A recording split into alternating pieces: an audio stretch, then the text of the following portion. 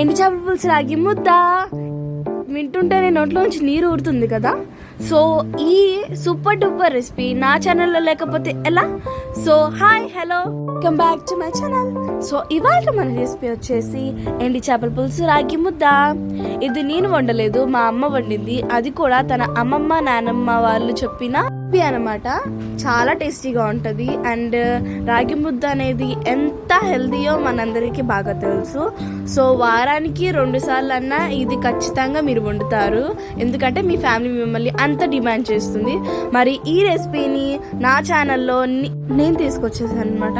ఇప్పుడు ముందుగా ఎండి చేపల చీలికల్ని వేడి నీళ్ళల్లో బాగా కడిగి ఒక స్టవ్ ఆన్ చేసుకొని దానిపైన కడాయి పెట్టి అందులో ఆయిల్ వేసి అందులో ఎండి చేపలు వేయండి. అవి వేసి కొంతసేపు పచ్చి వాసన పోయేదాకా వేయించండి.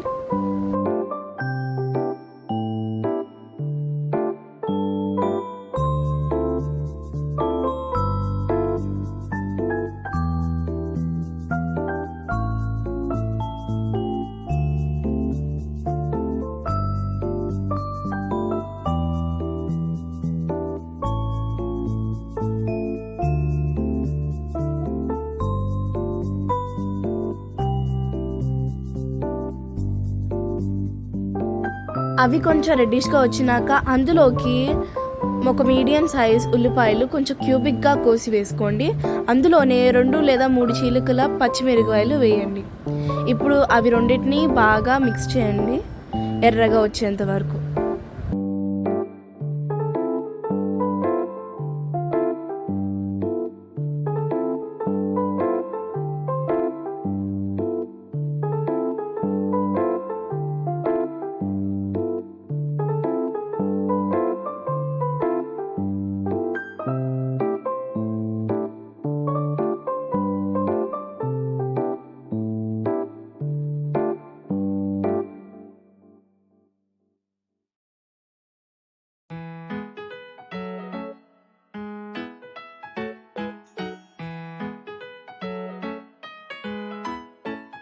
అవి 2 కొంచెం వేగాక అందులోకి 2 మీడియం సైజుల టమాటాలు క్యూబిక్గా కోసి వేయండి.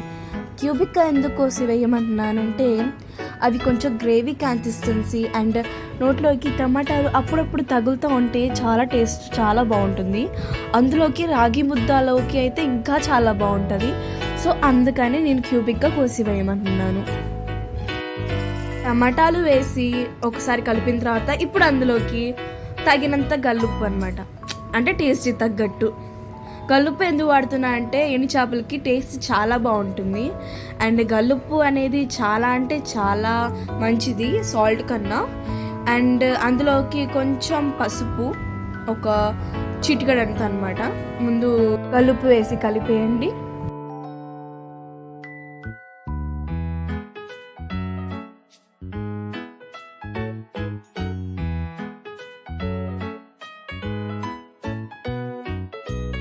టమాటాలు కొంచెం మగ్గాక ఇప్పుడు అందులోకి చిటికెడంతా పసుపు అనమాట, అంటే హాఫ్ టేబుల్ స్పూన్ పసుపు వేసి ఒకసారి కలపండి. కలిపి మూత పెట్టేసి కొంచెంసేపు మగ్గనివ్వండి.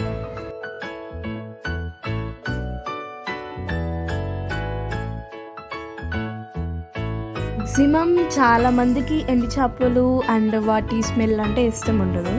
కానీ మన పూర్వం వాళ్ళు, అంటే మన నానమ్మ లాంటి వాళ్ళు, మన అమ్మమ్మ లాంటి వాళ్ళు ఇప్పటికి కూడా స్ట్రాంగ్గా ఉండటానికి, ఇంకా చాలామందికి కళ్ళకి స్పెట్స్ కూడా రాలేదు. సో అది అలా ఉండడానికి గల కారణం ఎండి చేపలు అనమాట. ఎండి చేపలు, క్యారెట్లు, క్యాబేజీలు ఇవన్నీ మన కళ్ళకి చాలా అంటే చాలా ఇంపార్టెంట్. చూస్తా ఉండగానే ఆ టమాటాలన్నీ బాగా మగ్గిపోయి ఒక చిన్న గ్రేవీ కన్సిస్టెన్సీ వచ్చింది. సో ముందుగానే నేను ఒక చెక్క, అంటే ఒక చిన్న లెమన్ సైజు చింతపండుని నానేసుకొని పక్కన పెట్టాను. ఇప్పుడు మనం దానిలోకి చింతపండు రసం పోయాలి. అండ్ చింతపండు రసం ఎవరికి వాళ్ళు స్టైల్గా పోస్తారు. అంటే ఫర్ ఎగ్జాంపుల్ చాలామంది చింతపండు డైరెక్ట్గా వేసేసి కలిపేసి ఆ చింతపండు రసం అంతా దానిలోకి వచ్చాక ఆ చింతపండుని బయటికి తీస్తారు. ఇంకొంతమంది చింతపండుని గుజ్జుగా కలుపుతారు. ఇంకొంతమంది అయితే చింతపండు రసం నీళ్ళగా పోస్తారు, ఇంకోసారి గ్లాస్లో నీళ్ళు పోయకుండా. సో ఇక్కడ కొంచెం గ్రేవీ కన్సిస్టెన్సీ రాగానే నేను అందులోకి 1 టేబుల్ స్పూన్ కారం వేసాను. కారం వేసి కలిపాను.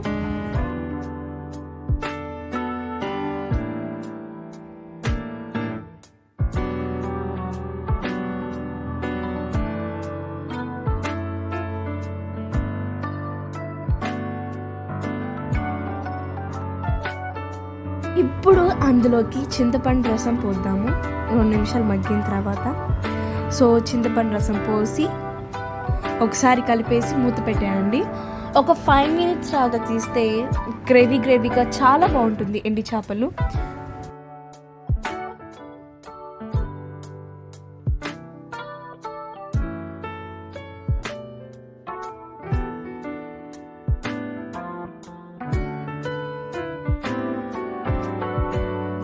పెట్టేసి మగ్గనిచ్చినాక చూసారా ఎంత అరోమాగా, ఎంత స్మెల్గా, ఎంత టేస్టీగా కనపడుతుందో. ఇప్పుడు అందులోకి కొత్తిమీర వేసి గార్నిష్ చేసేయడమే, ఇక దాన్ని సర్వ్ చేసేసుకోవడమే. ఈ వర్షాకాలంలో మీ పిల్లలకి ఎంతో బాగా నచ్చుతుంది. అందులోని రాగి ముద్ద వేసి పెట్టండి, ఇక వేరే లెవెల్ టేస్ట్ అనమాట. పిల్లలకి చాలా అంటే చాలా హెల్తీ అండ్ పిల్లలు చాలా స్ట్రాంగ్గా ఉంటారు. సో ఇలాంటి మరిన్ని రెసిపీస్ కోసం నా ఛానల్ని ఫాలో అవ్వండి. ఉంటా, బాయ్.